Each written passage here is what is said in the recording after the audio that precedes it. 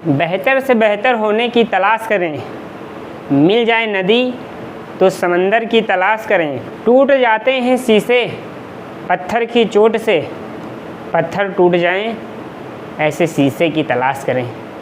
आशा करता हूँ आप सभी बहुत अच्छे होंगे, मैं भी अच्छा हूँ। आज मैं बात करूँगा उस पर्सनालिटी की जिसको लगभग सभी जानते हैं। उनकी वीडियोस देखना बच्चे से लेकर बूढ़े तक सभी पसंद करते हैं।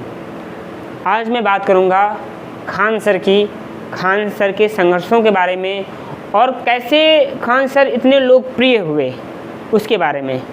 तो आइए हम चलते हैं वीडियो की तरफ। खान सर का जन्म उत्तर प्रदेश राज्य के गोरखपुर ज़िले में दिसंबर 1993 को हुआ था, एक मिडिल क्लास फैमिली में।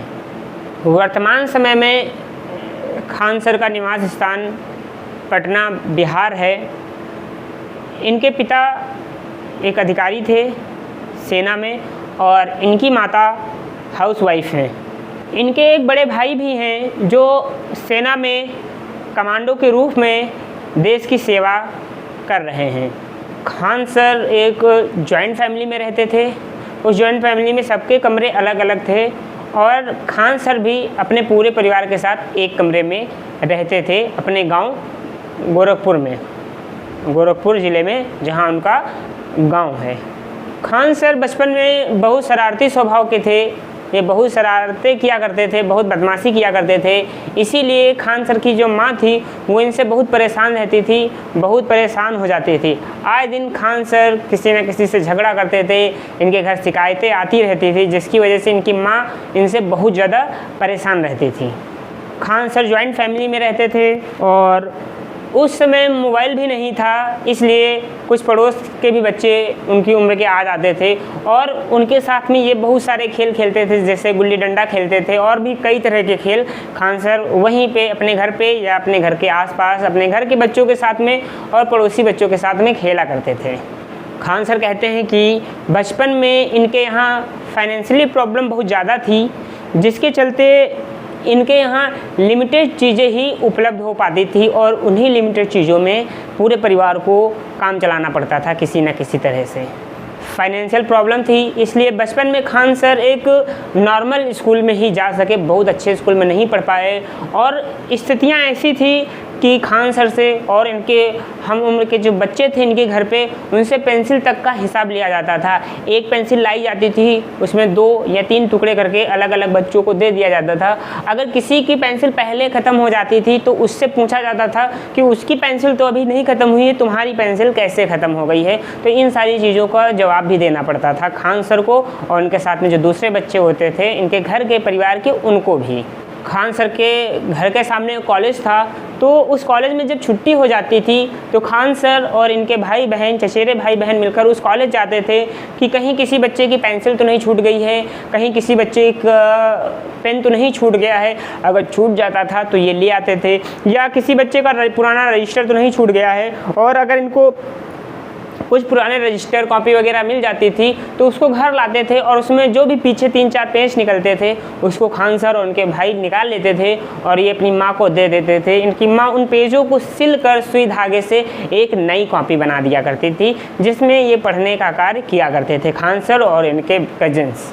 खान सर के बचपन में इनके घर में गाय वगैरह भी थी, भैंस वगैरह भी थी, तो इनका बचपन इसी में खेल कूद में, गाय भैंस को चारा पानी करने में, इनकी देखभाल में ही खान सर का जो बचपन था वो इसी में निकल गया। खान सर जब 8वीं पास किए तो खान सर को फ़ौज में जाने का जुनून लग गया। उनके अंदर इच्छा जगी कि वो भी फ़ौज में जाएंगे, जैसे उनके भैया फ़ौज में हैं और भी कई लोग फ़ौज में थे, तो उनकी भी इच्छा हुई कि मैं भी अब फ़ौज में ही जाऊंगा। और उस समय वो 8 क्लास में थे जब उनके दिमाग में फ़ौज में जाने की बात आई। तो जब ये 9th क्लास में पढ़ रहे थे तो इन्होंने सैनिक स्कूल के एंट्रेंस का भी पेपर दिया, लेकिन उसमें खान सर पास नहीं हुए, उसमें खान सर फेल हो गए थे।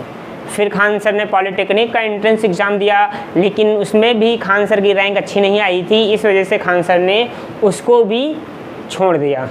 फिर फाइनली खान सर ने मैट्रिक करने का ही फैसला किया और खान सर ने मैट्रिक किया। उसके बाद में खान सर ने इंटर करने का फैसला किया और फिर खान सर ने इंटर भी किया। 12th के बाद खान सर ने फिर एनडीए करने का विचार किया और एनडीए का पेपर बहुत ही अच्छा ठीक ठाक गया था खान सर का। खान सर ने एनसीसी वगैरह कर रखा था, इसलिए खान सर को फ़ौज के बारे में अच्छा खासा जानकारी मिल चुका था, हथियारों के बारे में अच्छी खासी जानकारी थी खान सर के पास में।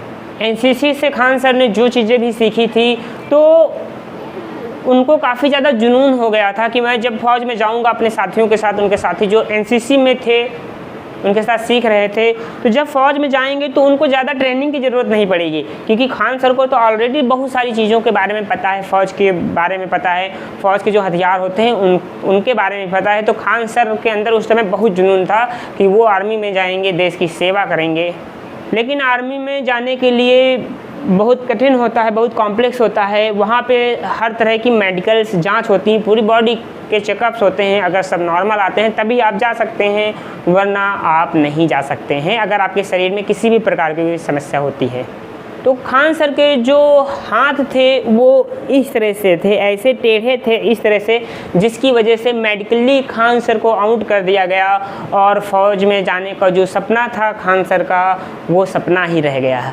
मेडिकली आउट होने की वजह से जो खान सर होते हैं, क्योंकि फ़ौज के आगे उन्होंने कभी कुछ सोचा ही नहीं था, उन्होंने हमेशा से सोचा था कि उनको फ़ौज में जाना है। और जब खान सर मेडिकली आउट हो गए और उनको पता चला कि अब वो फ़ौज में नहीं जा सकते हैं तो उनको बहुत दुख हुआ। आगे अब उनको कुछ समझ में नहीं आ रहा था कि वो आखिर करें तो क्या करें, क्योंकि फ़ौज को छोड़ के और उन्होंने कभी कुछ सोचा ही नहीं था।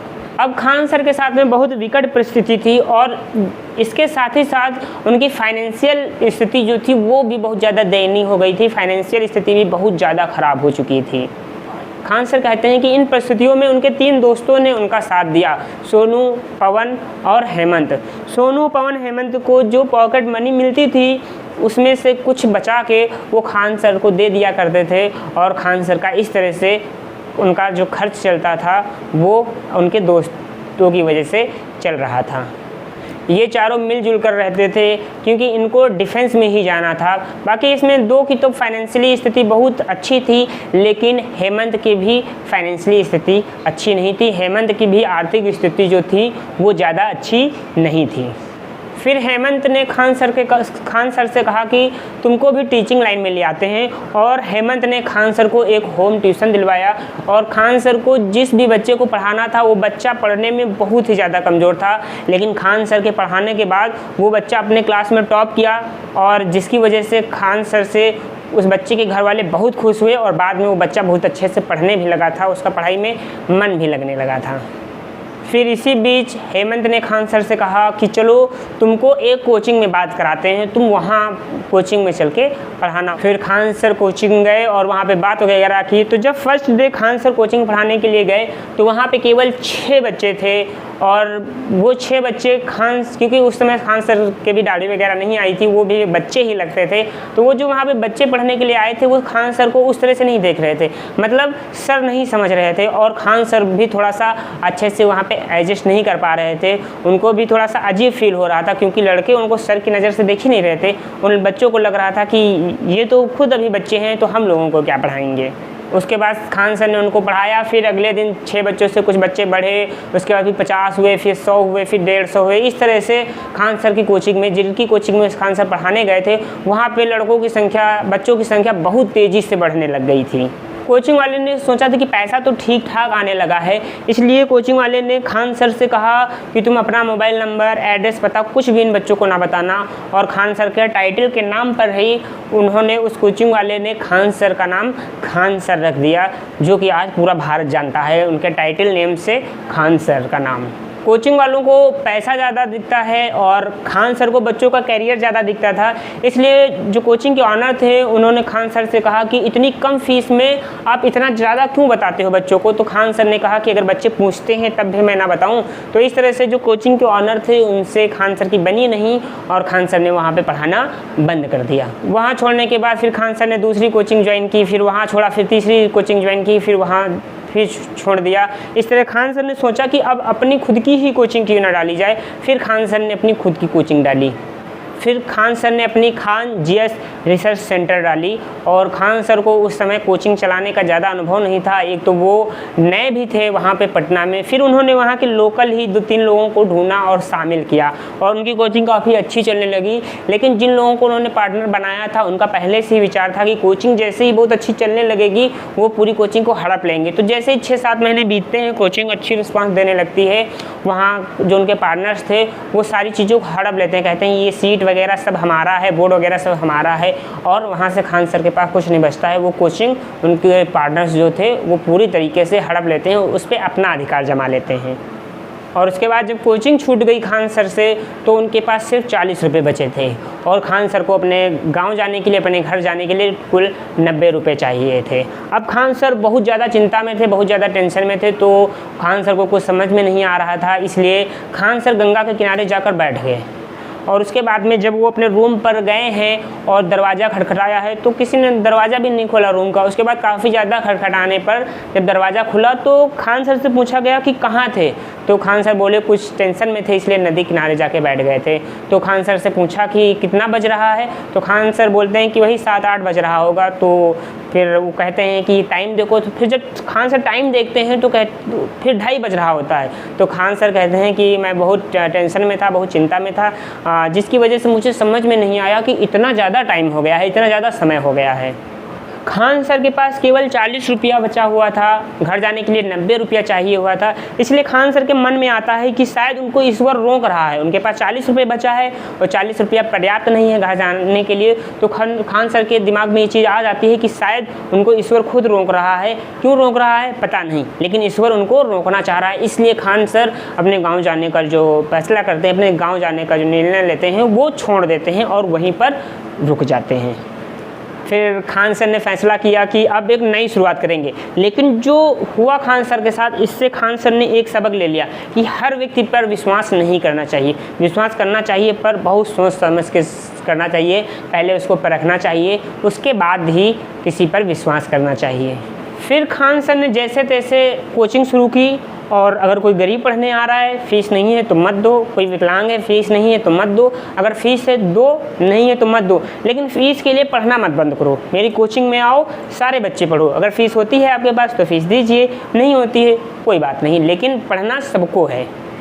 फिर खान सर की कोचिंग अच्छे से चलने लगी। खान सर की कोचिंग जहाँ पे थी उसके आसपास कई कोचिंग्स थी और उन सब कोचिंग्स के बच्चे जो थे वो खान सर के पास आने लगे, क्योंकि खान सर का पढ़ाने का तरीका तो बहुत अलग ही है, वो तो आपने देखा ही है। दूसरा, उनकी फ़ीस भी बहुत कम थी और जो गरीब होते थे उनसे वो फ़ीस लेते ही नहीं थे, इसलिए वहाँ बाकी कोचिंग्स जो थी वो बंद होने की कगार पर पहुंच गई थी। इसलिए एक दिन अचानक खान सर की कोचिंग में बमबारी होती है, जिससे काफ़ी ज़्यादा अफरा तफरी भी मच जाती है। फिर खान सर को लगता है कि यार अब मुझे छोड़ना पड़ेगा यहाँ पे। उसके बाद ये सुबह घटना हुई थी, फिर शाम के बैच वाले सारे बच्चे खान सर की कोचिंग में आते हैं और उससे अगले बैच वाले जो बच्चे होते हैं वो नीचे खड़े होते हैं। वो खान सर से कहते हैं कि सर आप पढ़ाइए, हम सब यहाँ पे खड़े हैं, अगर बम गिरेगा तो पहले हम पे गिरेगा, हम अपनी कोचिंग को कुछ नहीं होने देंगे। इस तरह से खान सर पढ़ाते हैं और वो जो बच्चे होते हैं वो भी खान सर का बहुत ज़्यादा सपोर्ट करते हैं और इस तरह से खान सर की धीरे धीरे जो कोचिंग होती है वो आगे बढ़ती है। उसके बाद में फिर खान सर ने, जब उनकी कोचिंग अच्छे से चलने लगी, फिर खान सर ने एक लाइब्रेरी डाली जो बाद में पटना की सबसे बड़ी लाइब्रेरी बनी। सब कुछ ठीक ठाक चल रहा था, लेकिन उसी बीच में आया कोरोना काल तो सबको पता होगा, चारों तरफ महामारी ही महामारी, चारों तरफ प्रलय ही प्रलय। तो कोरोना आया, सब कुछ ठप, सब कुछ एक कमरे के अंदर बंद हो गया। शुरुआती लॉकडाउन जो था आपको याद होगा कि बहुत ही ज़्यादा सख्त था, कोई घर से बाहर नहीं निकल सकता है, कोई बहुत आवश्यक काम ना पड़ने पे बाहर नहीं जा सकता है। तो उस टाइम खान सर को पता चला कि अब ऑनलाइन पढ़ाना पड़ेगा, और ऑनलाइन कैसे पढ़ाया जाता है इसके बारे में तो खान सर को पता ही नहीं था, क्योंकि मोबाइल वगैरह वो ज़्यादा यूज़ नहीं किए थे। तो अब खान सर बहुत चिंतित में थे कि ऑनलाइन पढ़ाएं तो कैसे पढ़ाएं। खान सर के गांव में उनका एक दोस्त था, उसकी एक छोटी सी फ़ोटोकॉपी की दुकान थी। तो खान सर उसके पास गए और वहाँ पर एक प्लाई का बोर्ड उठाया, उसको बोर्ड बना लिया और उसके बाद वो शटर डाउन करते हैं, उस पर पढ़ाने लगते हैं और उसके अंदर इतनी गर्मी पड़ती है। उसके बाद जो गाड़ियाँ जाती हैं उनकी आवाज़, पुलिस की गाड़ी जाती है उसके सायरन की आवाज़। तो इस तरह से जो लड़के पढ़ रहे होते हैं वो कहते हैं सर आप कहाँ वीडियो बना रहे हैं, किस तरह से आप बना रहे हैं, ना तो कुछ दिख रहा है ना तो कुछ सुनाई ही दे रहा है। क्योंकि खान सर का पढ़ाने का पूरा जो सिस्टम था, बोर्ड वगैरह था, वो सब पटना में रह गया था और गांव में किसी भी तरह की कोई व्यवस्था नहीं थी पढ़ाने के लिए। अब खान सर को किसी ना किसी से पटना जाना था क्योंकि पटना में ही पढ़ाने का पूरा सिस्टम था, लेकिन 2020 का लॉकडाउन इतना सख्त था कि वो जा भी नहीं सकते थे। फिर खान सर के दिमाग में आइडिया आता है तो वो जाते हैं क्लीनर बनकर। जो ट्रक चल रहे थे क्लीनिंग वाले, वही ऊपर पगड़ी कुछ बांधते हैं, नीचे लुंगी टाइप में कुछ पहनते हैं और खान सर उस पर बैठ के फिर निकल जाते हैं कहाँ के लिए, पटना के लिए।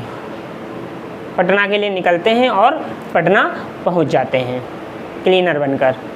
फिर स्टूडियो कैसे बनता है वो भी खान सर को नहीं पता था, इसलिए खान सर 2 बांस लेकर आते हैं, रस्सी लेकर आते हैं और उस बांस के ऊपर 2 ट्यूब बांध देते हैं और उसके बाद में पढ़ाना शुरू करते हैं। अब लाइट भी थी, आवाज़ भी जा रही थी, तो सारे बच्चों को समझ में आने लगा।